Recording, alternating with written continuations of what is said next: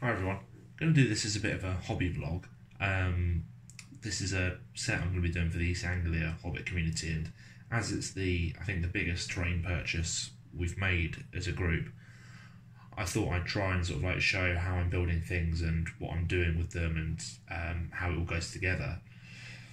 I think in total the set we spent over £100. I can't remember exactly, but we've got 5 houses and 2 sets of towers and palisades. The towers and palisades I'm going to make up and try and do them as modular as I can to mean that we can either set it up as a fortification if we want, or we can use it as a wall to corner off part of the board or whatever. The houses, on the other hand, I've got 5 kits. I'm thinking of using 3 kits to make individual houses, and then trying to kit bash one building together with the last 2 kits. So hopefully we should end up with 3 regular sized buildings and a 4th large building. I want to try and make some other bits and pieces with the spare parts as well, as I've had some inspiration from what I've seen online. So I'm going to start off first things first, I think, with the Palisades. So that's going to be the first part of this hobby vlog. So I'll stop it here and I'll come back once I've cut out some of the pieces and I can show you what I've taken off the sprue. So what we got here now is this is the wall walk and the supports. So this is parts 2, 3, 4 and 5. I've clipped them off and I've trimmed them up, and you can see from looking at them that actually they fit in here into these grooves. They fit basically perfectly. So what I'll be doing is, I think you can make the walls either with the wall walks or without. It looks like they'll look better with, because there's a pre-moulded line for this wall walk to fit into. But the next step, according to the instructions, is to glue the wall walks to the walls.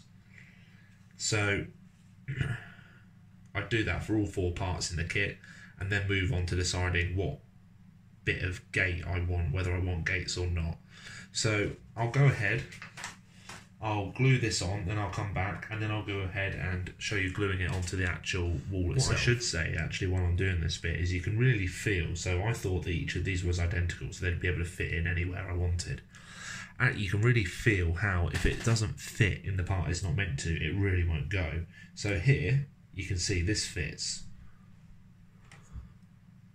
Can't really see. No. It fits perfectly. It's not coming out. If I try to fit it in here, it doesn't fit. It just won't work. It's not snug. So you can really tell each pit is numbered specifically for a reason, because it will go into the corresponding section. So really make sure you get those right. And there we go. About 5 minutes of progress, if that. The supports are glued on, fitting perfectly, and I'll leave them to dry. I'll do this with the other 4 sections, and then I'll come back for the next bit. So there we go. About 10 minutes work, if that. All 4 sections now cut and glued together. I've tried to remove as many mould lines as I can and the extra sort of flashing where it connected to the sprue, but really there wasn't much there. Next step is to remove these solid sheets which form the actual wall itself from the sprue and start gluing them on. They should glue directly into the holes you can see along the back here, so I'll put a couple of them together and I'll come back and show you the result. So I'm on to the second one of these now, and I think I just need to take a moment to sort of like really appreciate this. So the plastic kit, everyone was like, oh, it's so easy to put together, but I'm really, really impressed. Literally, you just hold it in place, line it up, that's it, done. Really needed to kind of take a step back to appreciate the thought which has gone into this kit, because not just is it going together very easily, but it's really well thought out. So in my mind, I thought to myself, right, as I'm doing this, I need to make sure that if we want to have these walls at a right angle in a corner, that I may even have to cut away some of the wall walk edging to make them fit. No. Like, Games Workshop will get you covered. You don't even need to worry about that, because it's engineered in such a way that when they link together, they overlap. You don't even need to worry about it. So each end section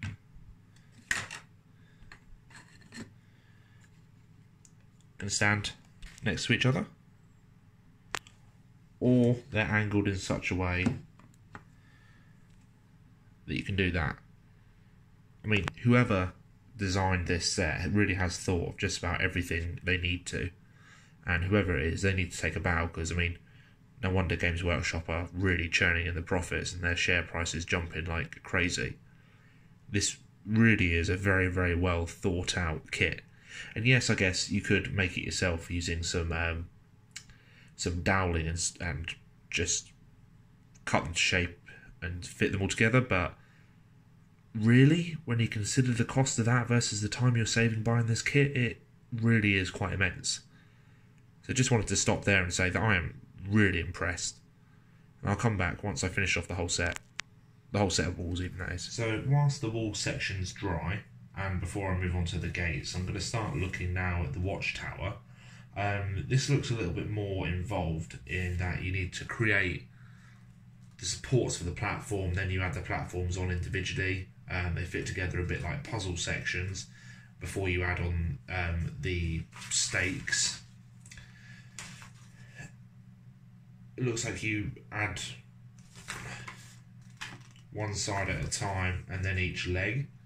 So what I'll do is I'll cut out the bits to begin with, and I'll try to do a bit of a step by step as I'm going through. So there you go, I've cut out parts 17 and 18. These are part 17, parts here, part 18. And these, if you watch closely, link together to form a cross piece like this. The parts link together very easily. There's slots cut, so literally you just need to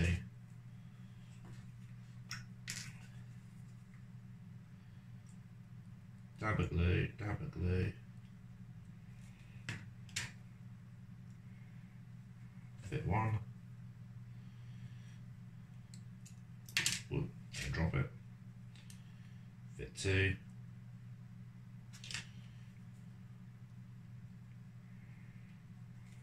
dab of glue on each, fit that, and that's it. And pull them into each corner so it looks like right there actually optimal fit, so it's not loose. Put it on one of these, see, it's pretty much perfectly square. So that's how you form that last lattice piece. These bits then, you can see cross sections on here. Each bit needs to point in the middle. So you got one. You kind of see it's like a quite detailed jigsaw.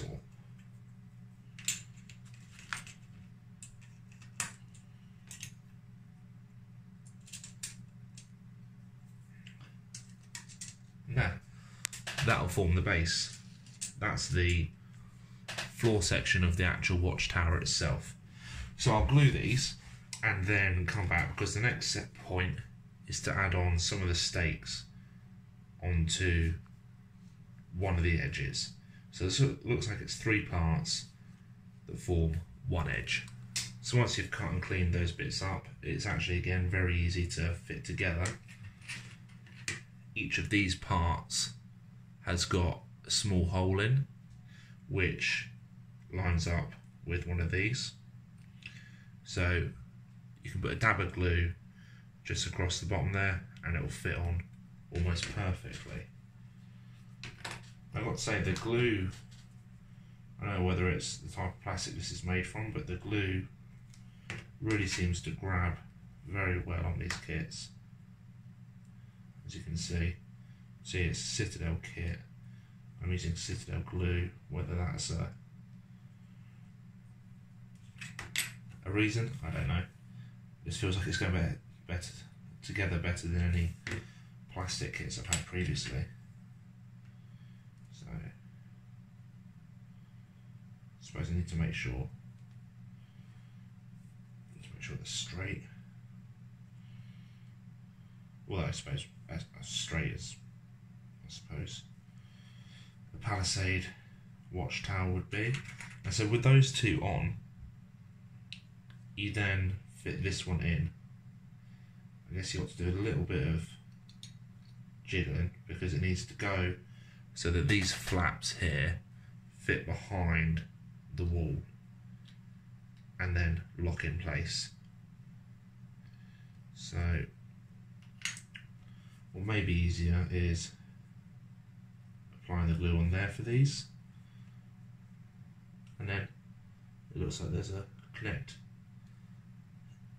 on each point there. So when I fill it in, what's it going to do? Something that way, isn't it? There.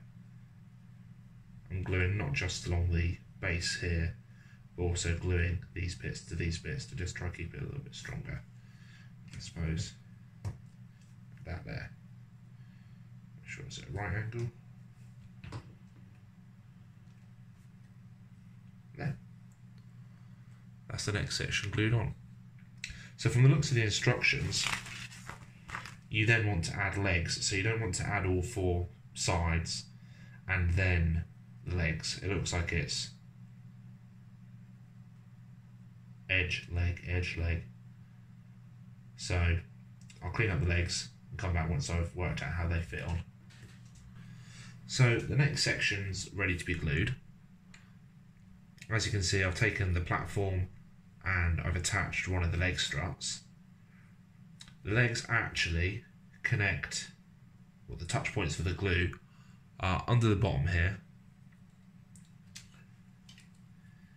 Sugar. You can see, didn't let it dry. So under the bottom, up along the inside of this support here, and just at the base of the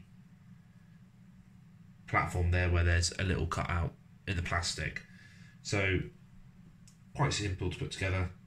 Little line of glue along there, little line of glue just on the base, and a little line of glue on that cross support.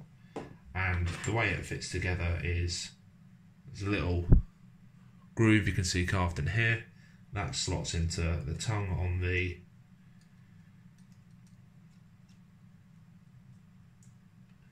and there we go.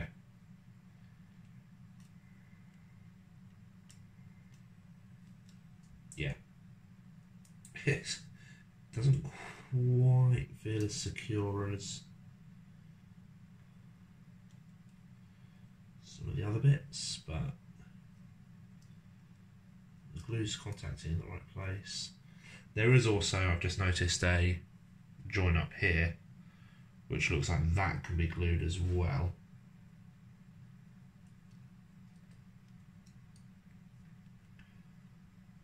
So yeah, I'll come back after I've fiddled around with this setup a bit more. So here you go, here's the other two sides attached. Done in exactly the same way, made out of 3 parts. So I'm now ready to add the next 2 sections of leg, which will complete the main structure so that it can stand up on its own. When you come to do the 3rd run here of the side, you don't want to add this part, this middle bit, because that's where you put the ladder. So when you come to do that bit, you just want these 2 edge sections rather than the middle. So that one won't be needed. So that'll be spare actually. So with the 2 kits I've got those 2 spare. So I could actually maybe very carefully cut them up and use them as logs or stakes or something. But still, just a little bit of extra interest. So I'll glue together the legs and come back and show you once they're attached. So here's the basic structure complete. If I would stand it up, out of the way, you can see how it fits together quite nicely. If I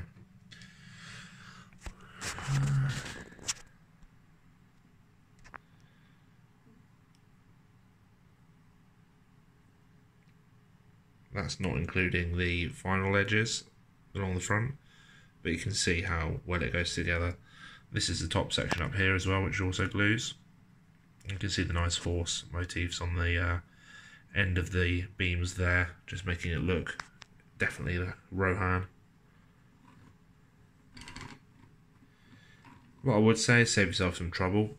Wait for each bit to glue before you glue the next bit on, because I've just spent about 5 minutes wrestling with this to stop it falling apart.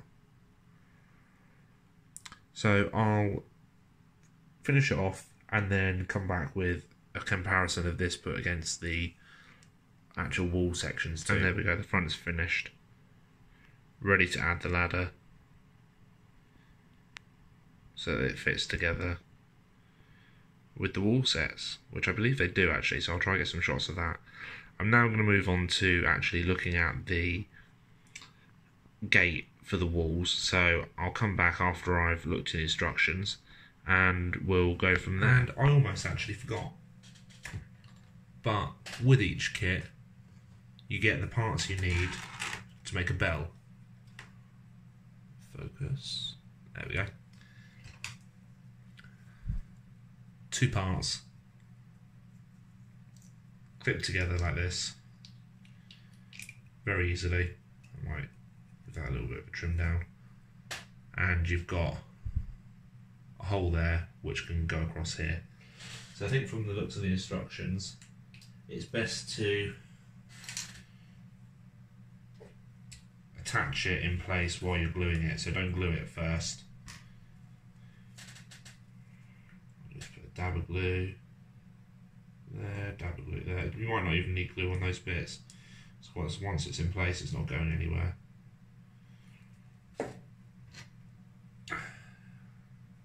Line it up.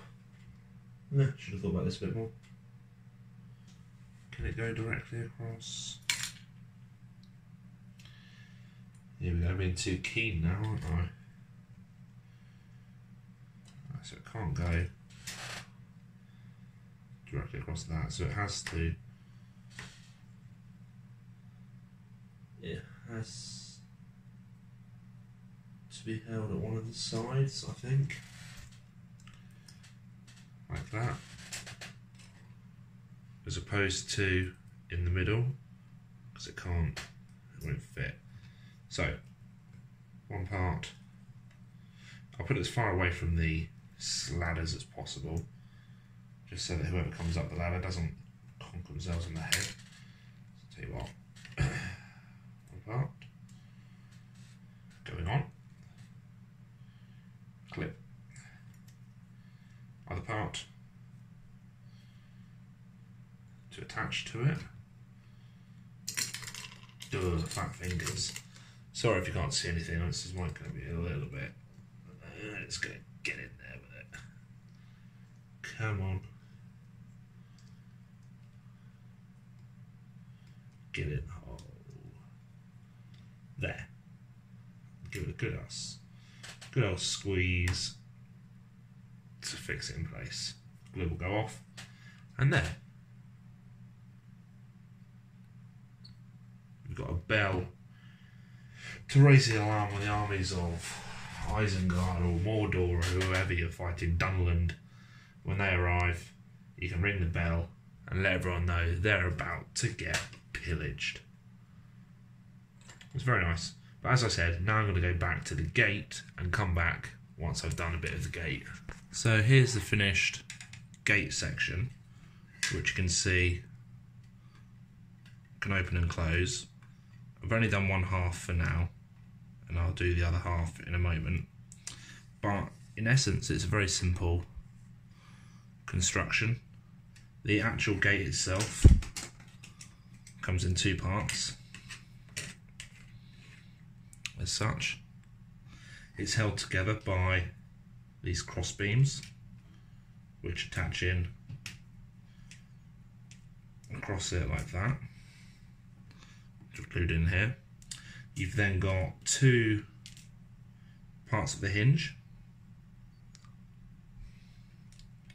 which they glue in on top of there like that, and they actually form the circle which the pin goes into.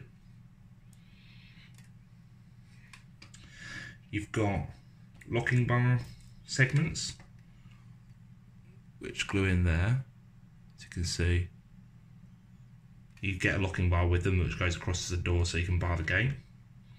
And then the final bits you've got are the other sections, the pin sections to the hinge, which actually glue to the wall.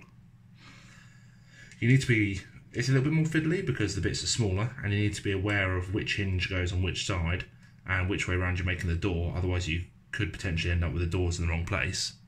But all in all, it's very nice.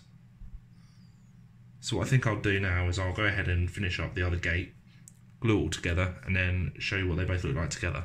So now everything's assembled, I'll take you through a bit more about what I did to finish it off and some of the spares that you get. So gates aren't glued, so you can open and close them, which is really nice. What I did have to do is, if you can see on this one here, the gap between the pin and the barrel for the actual hinge isn't very much, so you can't really pull that out without trying. The other one, on the other hand, there was quite a large gap up here, so I've had to just glue a little strip of cut up sprue on there just to stop it coming loose. I might do the same on the other one just to be safe. It just locks it in so that you can't take the gate off. Because this is going to be stored at the club, I don't want to risk losing it. What you can also do is, once your wall is set in its place, you get, I've got a perfectly flat mat, so it's the mat which is making this awkward, not the actual models themselves. You've got a locking bar which can sit in the little brace there to bar the gate and stop it opening, which is quite a nice little effect. Where you attach these, you've got little squares cut out in the actual plastic, so they're only filled with the hinges at either end here. Up the end you can kind of see, probably just about see the square outline there. That's because you get a lot of these small pieces which glue in, just to fill the gaps where you could put hinges if you wanted to. So I've done that on all the sections of wall, trimmed down everything, and I've got to say I'm very impressed. They go together very well. You can very easily adjust them if you want to, and you get a lot of spares. So if I just set these up and show you very quickly.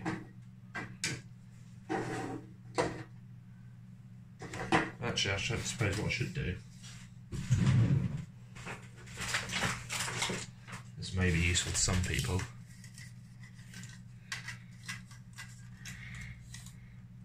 So the length without the gate is 9 inches.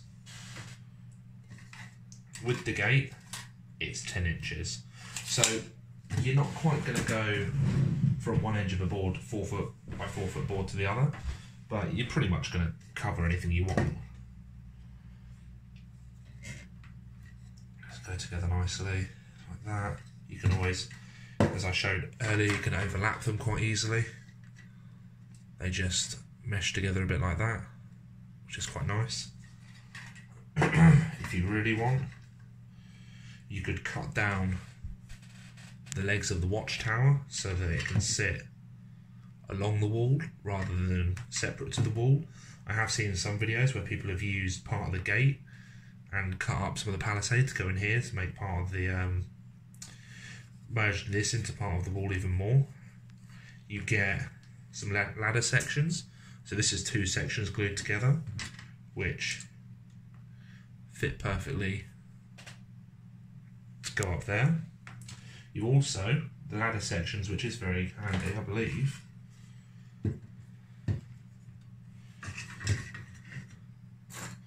are just the right height to go from the wall up to the watchtower if you wanted to do something like that. So, in terms of spares, and what is left out of the kit once you've assembled the 4 parts of wall,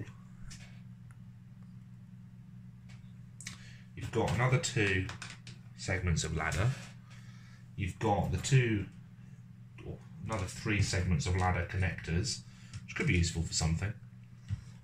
You've got some extras of these filling in sections. You could cut them and probably use them in a log part. You get a couple of extra pins for the hinges, which I can't really imagine too much use for them right now. You get an extra bell, 2 halves to make a bell, which could be useful. You could probably cut that and make it into something else. I don't really know what. I'm sure someone's found a use for it. A cooking pot. If you had to cut off there and use that as half a cooking pot. In total you get 4 braces for the door, 4 locking bars. You only really need 1 because you can only make 1 gate. So you're left with 3 spares, which if cut down you could make quite a cool little square of wood plank. This is very useful, leftover. So you could cut each of these logs individually if you were very careful and use them, or you could use it as, I don't know, you could use it as some sort of like hatch, gateway, perhaps in conjunction with these, or I don't know, depending what you could make. I may look to cut them and use them in a log pile. But the most useful thing you get, and I don't know if I've messed up the kit, but you get 4 stakes. 4 spare stakes. I've not seen anywhere where you need to use that for any of the kit. So what I'm tempted to do is cut it perhaps either in half or in 3, and then lay them or embed them, because I'm going to be basing these, embed them in the base so that it looks like the walls are further protected by some stakes. So overall it's very, very nice kit. I haven't touched the house kit yet, and I will try and go into some more detail on how I would paint these. And what I'll do is I'll just go flying with the camera and show you a bit more. So if we look at it like this, you can see it is a rather large kit. This is at least 20 inches across the front frontage, and then 9 inches along each edge. So if you've got a 4x4 board, you can pretty much build yourself quite a good little fortification just from 1 kit. We've got 2 for the East Anglia group, so I'm going to make up the next one and probably launch into painting them all at once so they look the same. But gates are really nice. Really like the tower. So you put a ladder up against it. And in terms of scale, who have I got to hand? Recently completed Derrywine. So you can fit, I'd say about maybe 4 or 5 models on the top of the watchtower.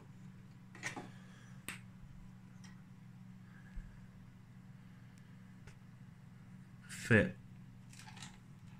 apologies for the light, yeah, easily fit a model along here. I think what's quite good about it is 1x1, so it means if you're playing a game and you get up onto the wall, you can probably overrun the ramparts quite quickly.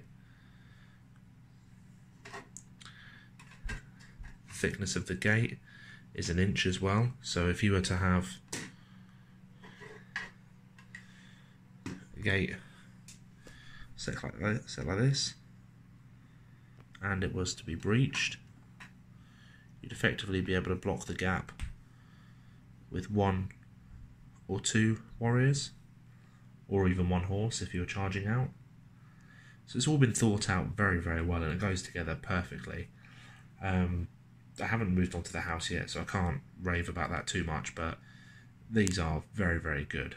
So I think what I might do is split this into two parts. This part covering the building, and then also cover the painting at a later date. So if you stuck all the way through, please look out for the next part as well, and thank you very much for watching.